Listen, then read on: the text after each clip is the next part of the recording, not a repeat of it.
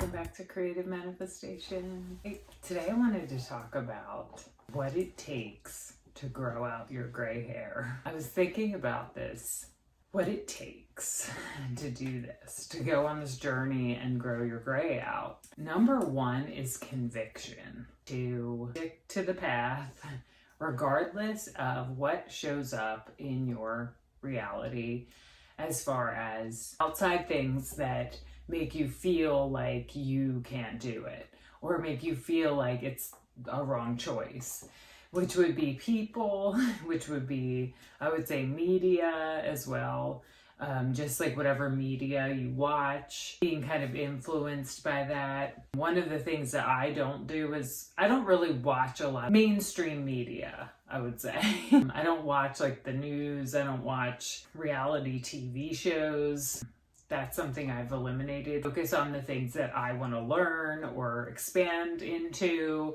And I don't focus on things that will make me doubt this choice. Not to say that you have to like isolate yourself and to not doubt your choice, because I interact with people, but I feel this sense of like strength within and inner conviction to stick to my choice. And I don't feel influenced by that outside stuff anymore. I don't feel influenced by that as far as my gray hair and me wanting to stick to my path. It also depends on your environment, which I probably talked about before, where, you know, people in your reality, if they're negative or they say negative things to you, that can be a little more difficult, but I don't really have that specific situation in my life. So like even my husband like seems supportive of my hair choice, but that wouldn't really make me not do it because I feel like that's kind of hypocritical. But anyway, I just feel like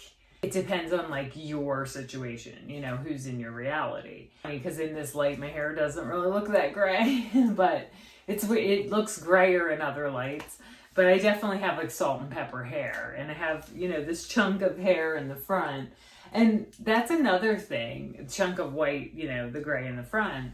I did see a picture of myself, and this could happen to you as well.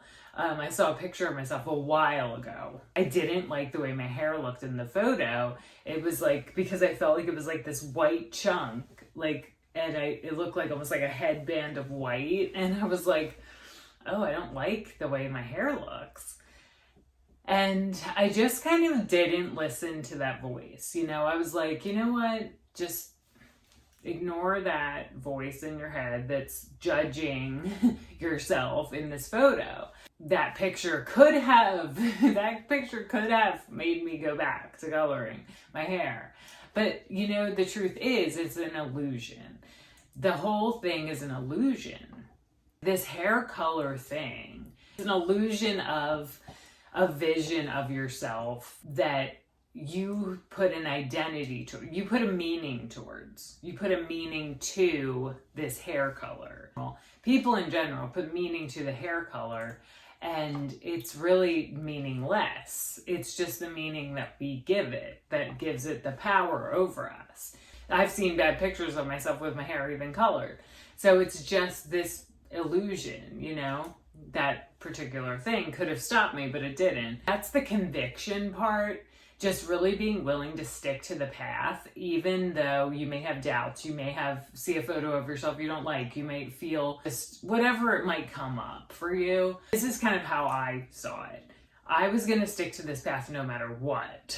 Like, I didn't care about anything that would come into my reality, how people might react to me at a party. I didn't care. I was like, I'm sticking to this because I want to know how I'm going to feel once my hair is fully grown out, and I'm going to assess it at that point and decide if I want to continue with this or not. And what happened was I started really loving my hair just as it was.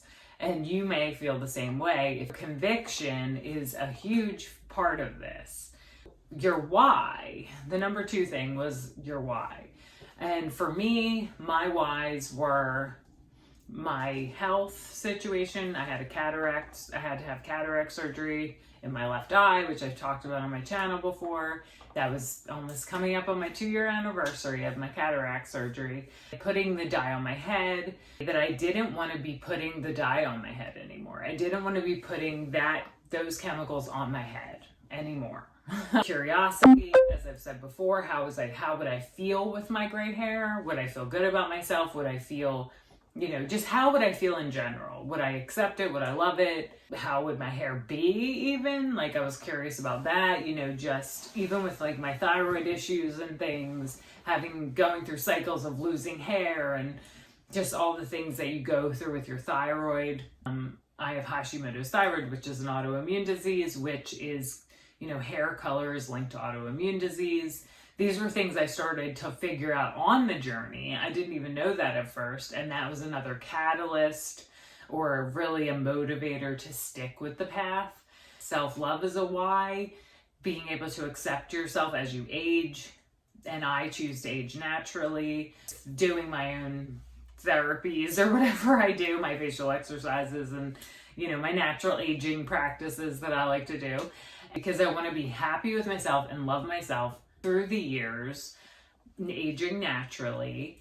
And that was part of it, accepting my gray hair, loving my gray hair, going through major changes planetarily, I would say, like in society right now. And I feel like this is a really great time for this particular change of going gray, because those outdated ideas about like how you have to be, I feel like are kind of going to be dying out. And we're going to be like, not everyone, there's going to be probably a split with this, but like more people are going to be embracing the natural way, I feel like.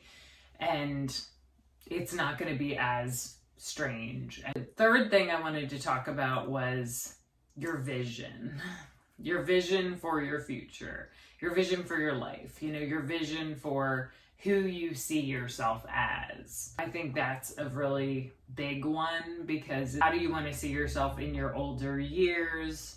What is your intention for that? Like for me, my intention was empowerment.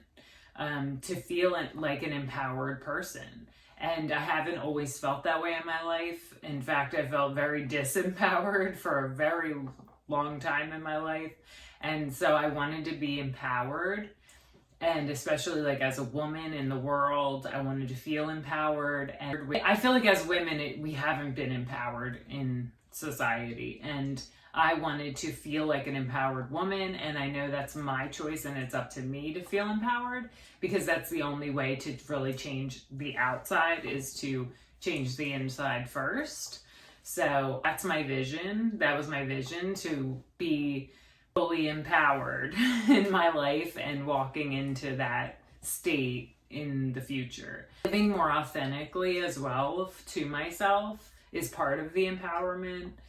I'm following my own path, my own soul calling. These types of things are part of empowerment.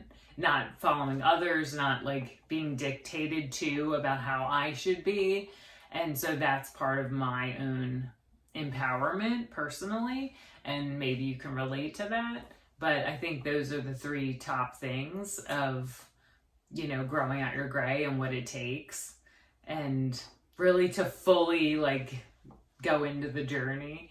So anyway, that's just what I had to say today. And if you like this content, like and subscribe. I'll see you in the next video.